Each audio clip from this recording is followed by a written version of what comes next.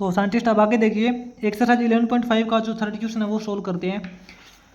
इसके third question की statement देखिए, इसने बोला है solve the following differential equation. अपने को डिफरेंशियल इक्वेशन दे रखी है जिसको सोल्व करना है, ठीक है। तो थर्ड क्वेश्चन का सबसे पहले साइंटिस्ट जो आपका फर्स्ट पार्ट है वो नोट करते हैं।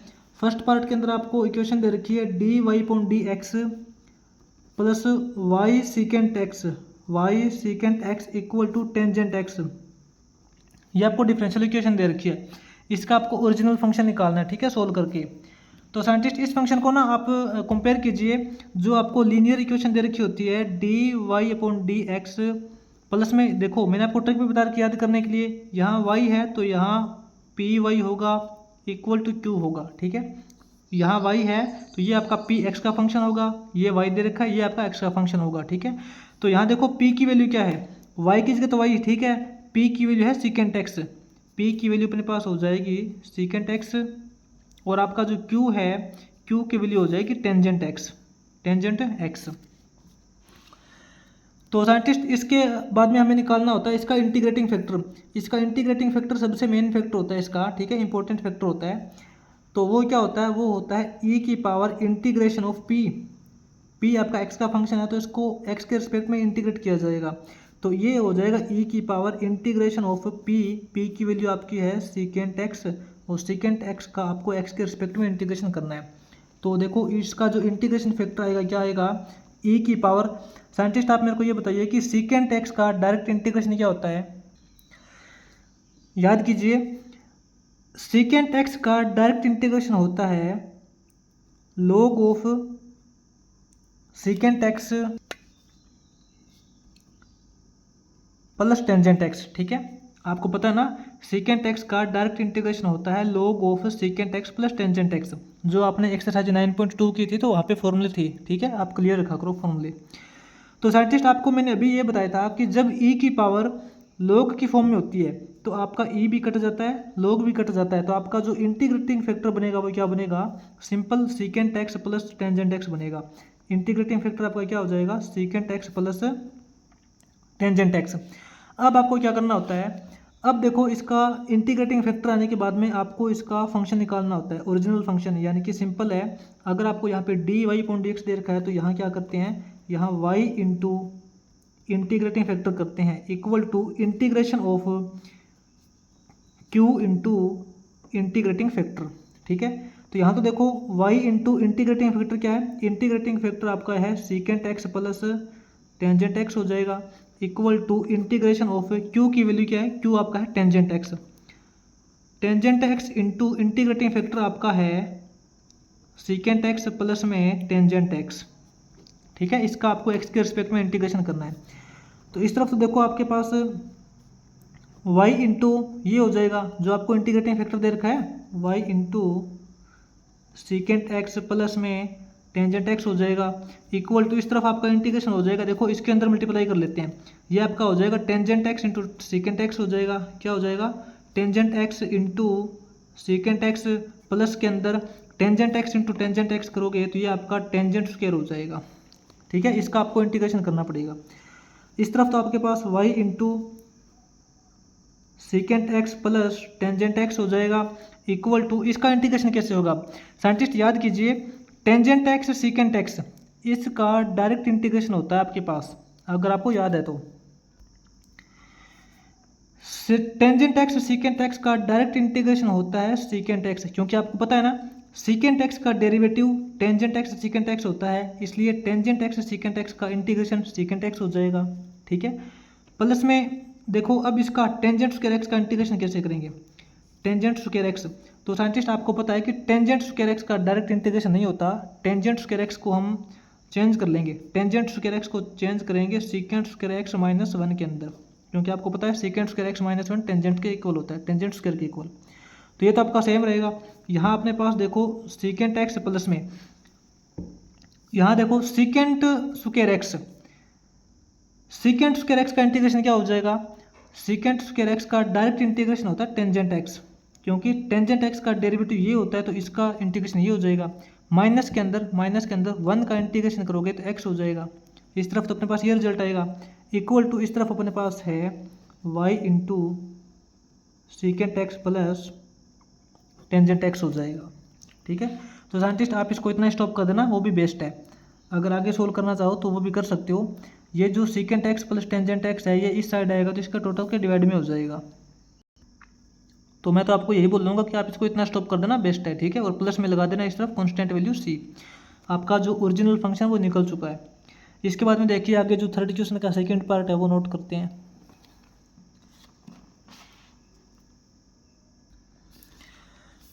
तो साइंटिस्ट आगे इसके सेकंड पार्ट में देखिए आपको जो डिफरेंशियल इक्वेशन दे रखी है D Y point D x plus y tangent x minus secant x equal to 0 दे रखी है। तो इसको साइंटिस्ट इस तरीके से लिखेंगे, जो आपको D Y point D X दे रखा है वो तो ये सेम रहेगा, प्लस में वाई टेंजेंट एक्स ये आपका भी सेम रहेगा।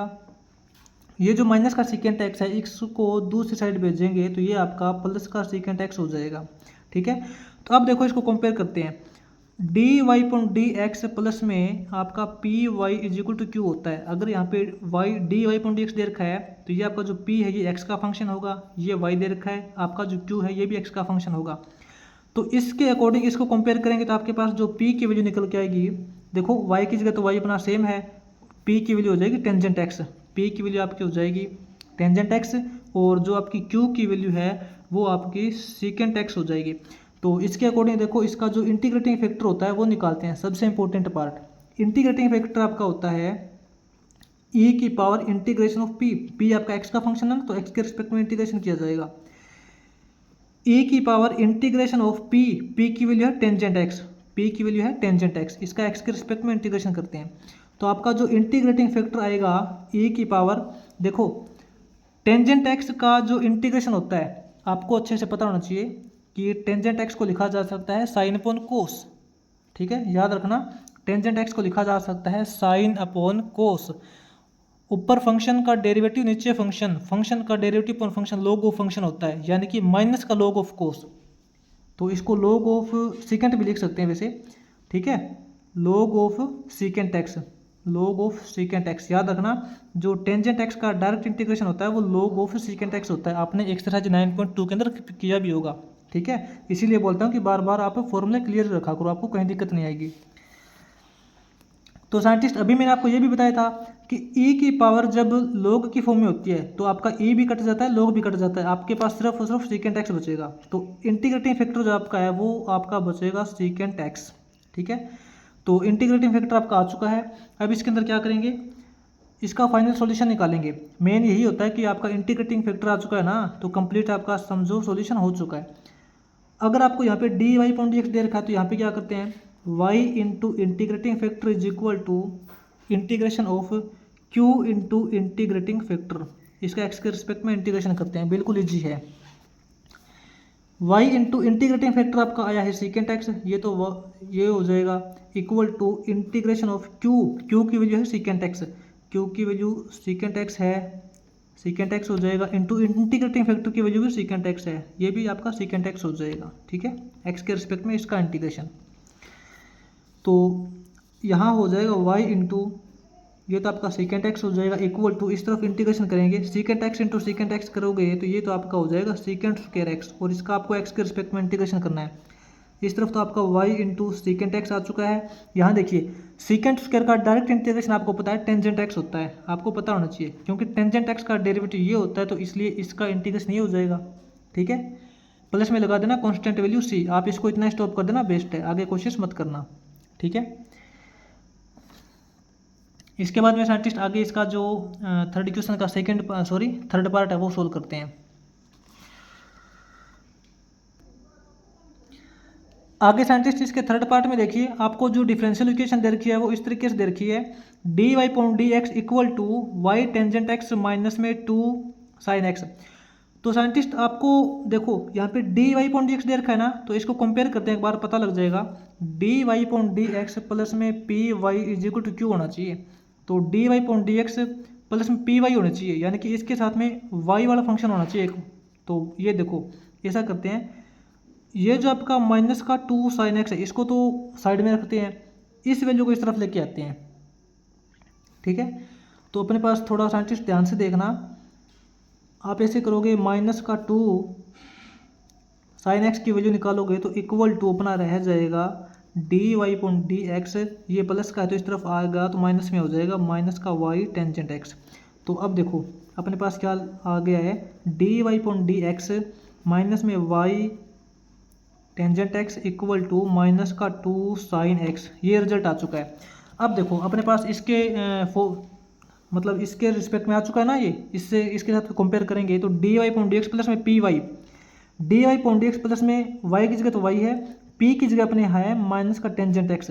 तो यहाँ पे देखो पी की जगह है माइनस का टेंजेंट एक्स और क्यू की जगह आपका है माइनस का 2 साइन एक्स, माइनस का 2 साइन एक्स। अब इसका यूज करके निकालते हैं इंटीग्रेटिंग फैक्टर। इंटीग्रेटिंग फैक्टर क्या होता है, वो होता है ई की power integration of P, x के रिस्पेक्ट में इंटीग्रेशन करेंगे ना, तो ई की power integration of P, P की वैल्यू है माइनस का टेंजेंट एक्स, माइनस का टेंजेंट एक्स। तो साइंटिस्ट आपका जो इंटीग्रेटिंग फैक्टर आएगा वो क्या आएगा, देखो ध्यान से देखना, ई की पावर यहाँ पे दे रखी है integration of minus tangent x. तो साइंटिस्ट आप ये जो माइनस का टेंजेंट एक्स इसको क्या लिख सकते हो, माइनस का साइन अपॉन कोस लिख सकते हो ना। आपको पता है कोस का डेरिवेटिव माइनस साइन होता है, तो फंक्शन का डेरिवेटिव अपॉन फंक्शन करोगे तो लॉग ऑफ कोस हो जाएगा। क्या हो जाएगा, लॉग ऑफ कोस एक्स। आपको समझ तो आ गया होगा ना, क्योंकि देखो इंटीग्रेशन करेंगे माइनस टेंजेंट एक्स का, माइनस में टेंजेंट एक्स को लिखेंगे sine x upon cos x, और यहाँ पे अपने पास देखो इंटीग्रेशन का फॉर्मूला यूज हो रहा है, फंक्शन का डेरिवेटिव अपॉन फंक्शन, क्योंकि कोस का डेरिवेटिव माइनस साइन एक्स होता है, फंक्शन का डेरिवेटिव अपॉन फंक्शन का इंटीग्रेशन करते हो तो लॉग ऑफ फंक्शन आता है, इसीलिए यहाँ पे लॉग ऑफ कोस हमने किया है। ठीक है, और मैंने आपको ये भी बताया था कि जब ई की पावर लॉग की फॉर्म में होती है तो आपका ई भी कट जाता है, लॉग भी कट जाता है, आपका ओनली ये रहता है कोस एक्स, तो इसलिए आपका जो इंटीग्रेटिंग फैक्टर है वो आपका रहेगा कोस एक्स।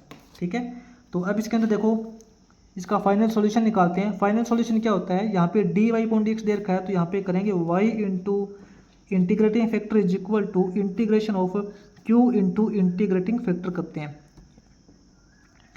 यहाँ तो देखो y इंटू इंटीग्रेटिंग फैक्टर करोगे तो y कोस एक्स हो जाएगा equal to integration of q, q की वैल्यू आपके पास है देखो माइनस का 2 साइन एक्स, क्या दे रखा है माइनस का 2 साइन एक्स दे रखा है, इंटू इंटीग्रेटिंग फैक्टर आपका है कोस एक्स, तो इंटीग्रेटिंग फैक्टर आपका इंटू में कोस एक्स लगा देंगे।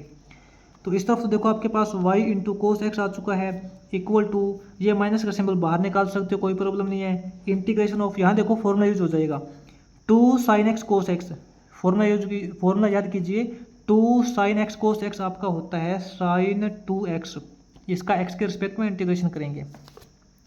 ठीक है, तो यहाँ तो देखो अपने पास y into cos x equal to minus का सिंबल साथ में है, देखो साइन का इंटीग्रेशन क्या होता है आपको पता है, साइन का इंटीग्रेशन होता है माइनस का कोस, तो माइनस का कोस 2x हो जाएगा और साथ में जो x का कोफिशिएंट 2 है वो इसके डिवाइड में आ जाएगा, तो इसकी क्रॉस मल्टीप्लाई कर देंगे, इसकी क्रॉस मल्टीप्लाई करेंगे तो क्या हो जाएगा, इस 2 की इसके साथ मल्टीप्लाई हो जाएगी तो ये अपने पास हो जाएगा 2y cos x equal to minus minus plus cos 2x बचेगा और प्लस में लगा देना सी कांस्टेंट वैल्यू। आप इसको इतना स्टॉप कर देना, बेस्ट है, आगे कोशिश मत करना। ठीक है, अगर आप आगे करना चाहो तो देखो यहाँ पे कोस 2x की वैल्यू पुट कर सकते हो। ठीक है, कोस 2x की वैसे अलग अलग वैल्यू होती है, साइन की फॉर्म में भी होती है, कोस की फॉर्म में भी होती है और अकेले कोस की फॉर्म में होती है, कोस और साइन दोनों की कंबाइंड फॉर्म में भी होती है। वैसे आगे इसको कोशिश मत करना, इतना इसको स्टॉप कर देना, बेस्ट है, आपका सॉल्यूशन हो चुका है। इसके बाद में जो थर्ड क्वेश्चन का फोर्थ पार्ट है वो नोट करते हैं। आगे साइंटिस्ट इसके फोर्थ पार्ट में आपको जो डिफरेंशियल इक्वेशन दे रखी है D Y point D x plus Y cot X is equal to 2 cos X दे रखी है। तो साइंटिस्ट देखो इसको कंपेयर करते हैं, अपना D Y point D x plus में P Y is equal to Q होता है, आपको पता है। ठीक है, यहाँ पे D Y point D X दे रखा है, यहाँ वाई है तो ये आपका जो पी एक्स का फंक्शन मिलेगा, ये वाई हो गया, ये फिर आपको एक्स का फंक्शन मिलेगा।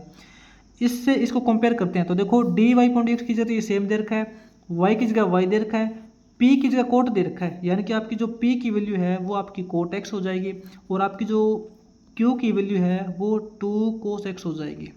ठीक है, तो देखो इसका इंटीग्रेटिंग फैक्टर निकालते हैं। इंटीग्रेटिंग फैक्टर होता है e की पावर इंटीग्रेशन ऑफ p और p का x के रिस्पेक्ट में इंटीग्रेशन। ठीक है, तो इक्वल टू क्या हो जाएगा, e की power integration of p, p आपका है कोट, ठीक है। पी क्या है, पी आपका है कोट एक्स, इसका इंटीग्रेशन करेंगे तो आपका जो इंटीग्रेटिंग फैक्टर आएगा वो देखो e की पावर, यहाँ ध्यान से देखना, इंटीग्रेशन ऑफ कोट क्या होता है, देखो इंटीग्रेशन ऑफ कोट, कोट को लिख सकते हैं कोस अपॉन साइन, और फंक्शन का डेरिवेटिव अपॉन फंक्शन, क्योंकि आपको पता है साइन का डेरिवेटिव कोस होता है, तो फंक्शन का डेरिवेटिव अपॉन फंक्शन का जब हम इंटीग्रेशन करते हैं तो वो होता है लॉग ऑफ फंक्शन, यानी कि ये हो जाएगा लॉग ऑफ साइन। कोट का इंटीग्रेशन क्या होता है, कोस upon sine log of sine, ठीक है, लॉग ऑफ साइन एक्स हो जाएगा। और मैंने आपको यह भी बताया था कि जब e की पावर log की फॉर्म में होती है तो e भी आपका कैंसिल हो जाता है, log भी कैंसिल हो जाता है, आपके पास सिर्फ साइन एक्स बचता है, ठीक है। तो आपका इंटीग्रेटिंग फैक्टर आ चुका है। अब इसके अंदर देखो इसका फाइनल सॉल्यूशन निकालते हैं। फाइनल सॉल्यूशन देखो यहाँ पे dy पॉइंट एक्स दे रखा है ना, तो यहाँ पे अपने को y करना पड़ेगा, y into integrating factor is equal to integration of q into integrating factor, इसका x के रिस्पेक्ट में integration, y into integrating factor आपका है साइन एक्स, तो ये हो जाएगा y sine x is equal to integration of q की वैल्यू है 2 cos x into integrating factor आपका है साइन एक्स, ठीक है, इसका x के रिस्पेक्ट में इंटीग्रेशन करेंगे। इस तरफ तो आपके पास हो जाएगा y sine x equal to, यहाँ देखो फॉर्मूला यूज हो जाएगा 2 साइन एक्स कोस एक्स, क्या होता है 2 sine x into cos x, आपका फॉर्मूला होता है साइन 2x के लिए, और इसका आपको इंटीग्रेशन करना पड़ेगा। इस तरफ तो y साइन x हो जाएगा, इस तरफ देखो साइन का इंटीग्रेशन होता है माइनस कोस, साइन का इंटीग्रेशन होता है माइनस का कोस, तो इसलिए माइनस का कोस 2x हो जाएगा, x का कोफिशिएंट 2 है वो इससे डिवाइड हो जाएगा, प्लस में लगा देंगे सी कॉन्स्टेंट वैल्यू, ठीक है।